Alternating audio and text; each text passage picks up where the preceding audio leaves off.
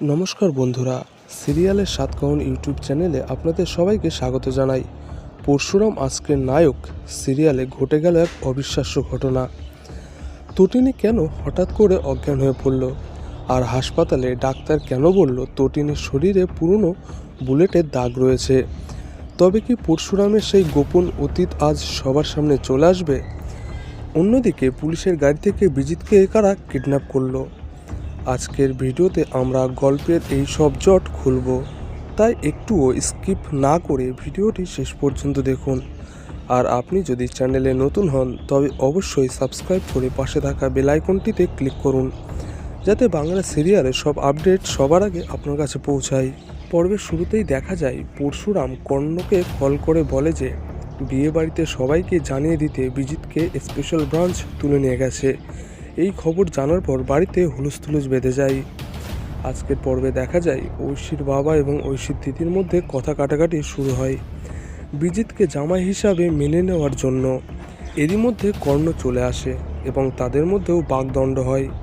লাট্টু ও পিকুকে খাবার খাওয়াতে নিয়ে গেলে তাদের দাদু তাদের ভিখারি বলে অপমান করে এবং এরপর তটিনী গর্বের সাথে পরশুরামের বাস্তবিক চরিত্র ও তার কাজকর্ম বিশ্লেষণ করে এবং তুলনা করে সত্যজিৎ মুখার্জিও কর্ণের সাথে।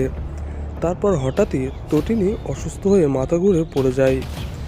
ওইদিকে দেখা যায় পরশুরাম বিজিতকে মারছে তার গ্যাংয়ে কে কে আছে সেটা জানার জন্য। ইতিমধ্যে পরশুরামের ফোন বেজে ওঠে, সে জানতে পারে তটিনী অসুস্থ। এরপর পরশুরামের মনে পড়ে যায় অতীতের সেই ঘটনা, যেখানে পরশুরাম নিজের অজান্তেই উঁচু বিল্ডিংয়ের ওপর থেকে তটিনীকে গুলি করায় সে নিচে পড়ে যায়।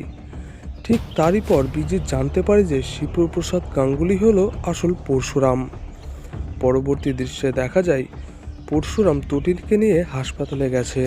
তটিনী অসুস্থ দেখায় তার বাচ্চারা কান্না করলে নন্দিনী তাদের সাহস যোগায় এবং পরশুরামের কাছে তটিনীর অতীতের কোনো অসুস্থতার ব্যাপারে জানতে চায়। তারপর ডাক্তার এসে জানায় তটিনীর শরীরে অনেক আঘাত আছে। সেটা জানতে পেরে সবাই অবাক হয়ে যায় এবং এই চোটের কারণ জানতে চায়। এই ঘটনায় তার বাচ্চারা কান্না করলে পরশুরাম তাদের বলে যে কোনো সময় যে কোনো পরিস্থিতিতে সাহসের সাথে মোকাবেলা করবে। এরপর ডাক্তার সব পরীক্ষা করে বলে তটিনী কোনো উঁচু জায়গা থেকে পড়ে গিয়েছিল, যার জন্য সে পিঠে, গলার বনে, কোমরে চোট পেয়েছে। এছাড়া আরও জানায় যে তার শরীরে একটি কাট আছে, যা দেখে মনে হয় সেখান থেকে বুলেট ছুঁয়ে গেছে। এটা শুনে সবাই অবাক হয়ে যায়। আগামী পর্বে দেখানো হয় বিজিতকে কোর্টে নিয়ে যাওয়ার প্রস্তুতি চলছে। বিজিতকে গাড়িতে তোলার সাথে সাথেই কারা যেন বিজিতকে সেই গাড়ি করেই তুলে নিয়ে যায়। তো বন্ধুরা, আজকের এই টান উত্তেজনার পর্ব দেখে আপনাদের কি মনে হচ্ছে? তটিনীর শরীরে বুলেটের দাগের কথা জানার পর পরশুরাম কি সত্যটা সবার সামনে স্বীকার করবে, নাকি পরিস্থিতি সামলাতে নতুন কোনো ছক কষবে? আর বিজিতকে কারা কোর্টে নিয়ে যাওয়ার পর থেকে তুলে নিয়ে গেল, তারা কি পরশুরামের লোক নাকি নতুন কোনো শত্রু? আপনাদের মতামত অবশ্যই নিচের কমেন্ট বক্সে লিখে যান। ভিডিওটি ভালো লাগলে একটা লাইক করুন এবং বন্ধুদের সাথে শেয়ার করুন। দেখা হচ্ছে পরের ভিডিওতে নতুন কোনো আপডেটের সাথে। ততক্ষণ ভালো থাকবেন, সুস্থ থাকবেন। ধন্যবাদ।